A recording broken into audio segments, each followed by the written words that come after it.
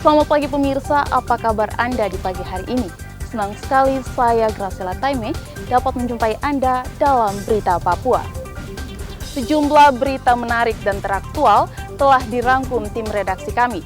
Berikut 3 berita utama hari ini.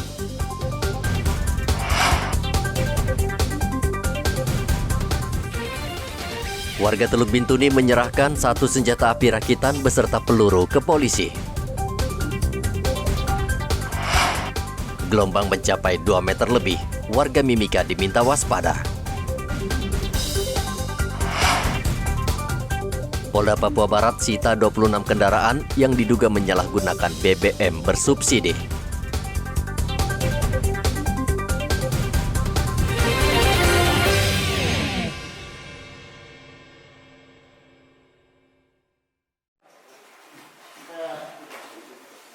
Warga Kabupaten Teluk Bintuni, Papua Barat menyerahkan 1 pucuk senjata api rakitan dan 25 butir peluru kepada polisi.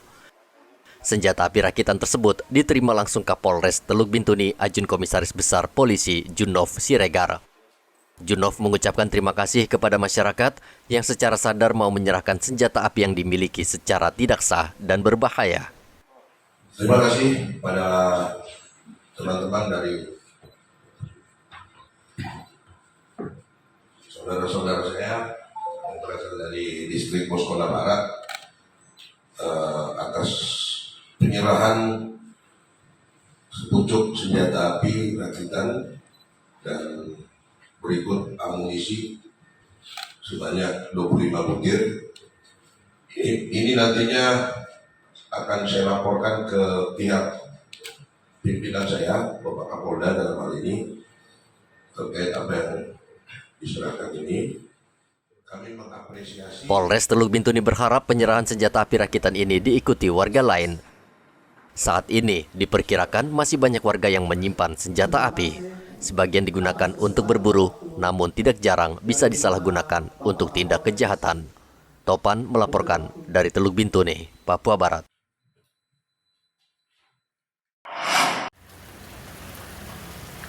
Badan Meteorologi, Klimatologi, dan Geofisika mencatat dalam beberapa bulan ini curah hujan di wilayah Timika cukup tinggi. Hal tersebut disebabkan Timika saat ini sudah masuk dalam musim penghujan. Selain curah hujan yang tinggi, BMKG juga memprediksi akan terjadi gelombang laut yang besar mencapai 2 meter lebih akibat kecepatan angin yang tinggi. BMKG mencatat kecepatan angin di Timika berkisar antara 10 hingga 20 knot. BMKG menghimbau warga agar selalu waspada saat beraktivitas di lautan, khususnya di perairan Mimika.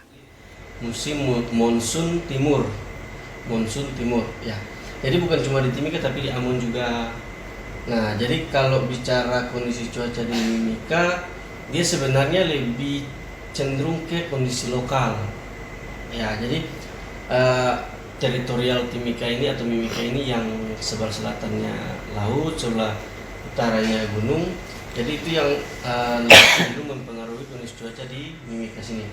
Nah, kalau kita bicara monsun timur ini, nanti puncak hujan di masuk Juli ini, Juli pertengahan masuk musim puncak hujan. Nanti pas masuk Agustus awal sampai pertengahan itu mulai mereda. Ya, jadi mulai mereda, istilahnya peluruhannya lah sudah selesai, hampir selesai masuk musim hujannya. Kalau gelombang laut sendiri tentunya cukup signifikan ya, cukup signifikan untuk kayak kapal-kapal kecil. Gelombangnya capai berapa meter? Kalau hari ini tadi dari Balai 5 kita dapat gelombangnya itu 1,25 sampai 2,50. Nah, kalau itu kan cukup signifikan buat perahu-perahu kecil, ya, cukup signifikan. Kondisi cuaca di Kabupaten Mimika saat ini terus-menerus diguyur hujan deras. Warga dihimbau waspada karena bencana bisa terjadi sewaktu-waktu. Dari Mimika, Papua, Igobat Momolin melaporkan.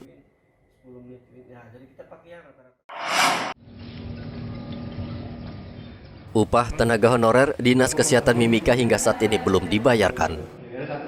Kepala Dinas Kesehatan Kabupaten Mimika, Reynold Ubra, mengatakan akan membayar upah tenaga honorer pada bulan Agustus.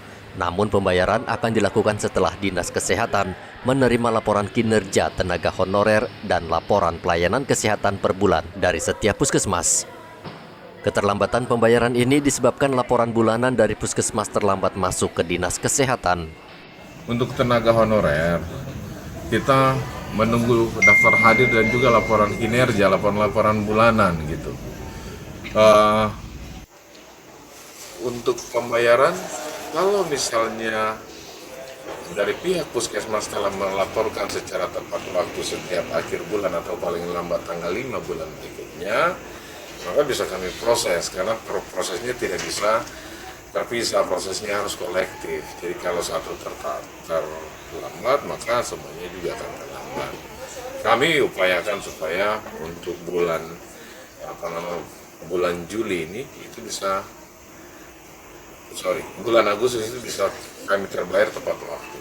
Jadi itu terkait juga dengan proses selain daftar hadir. Yang kedua, yang tenaga tambahan sisa itu memang terhitung dari 1 April, namun kan SK-nya baru kami terima di bulan Juni. Nah itu proses penandatanganan kontrak kerjasama itu kan juga berjalan. Jadi semua berproses, kita tetap akan membayar. Ya kami terakhir membayar itu di bulan Mei. Tinggal Juni dan bulan Juli. Berarti menggunakan SK yang baru atau masih menggunakan SK yang baru. Ya. Nah, karena proses pengumpulan kehadiran, terus laporan kinerja berupa laporan. Kami tidak ingin kewajiban haknya terbayar, tapi kewajiban bukan hanya bekerja, tapi mencatat dan melapor. Itu menjadi penting. Tenaga kesehatan hari ini banyak. Bidan itu sangat banyak. Laporan ekohort, saya memberikan batasan itu sebenarnya hari ini. Semua harus terlapor. Kalau tidak terlapor, maka tentu ada punishment gitu. Pembayaran tepat waktu itu merupakan bagian juga daripada reward atau penghargaan. Tapi kalau kami mengejar pembayaran tepat waktu sementara kewajiban, data ekohort kami dari lebih kurang hampir 5.000 ibu hamil yang ada di Timika, yang terlapor itu tidak sampai 100 orang. Itu salah satu contoh bentuk kinerja.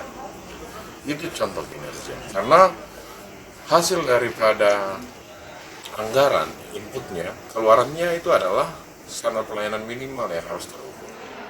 Walaupun terlambat, aktivitas pelayanan kesehatan di setiap puskesmas dan fasilitas kesehatan milik Pemda Mimika tetap berjalan normal. Dari Mimika, Papua, Igobat Momolin melaporkan.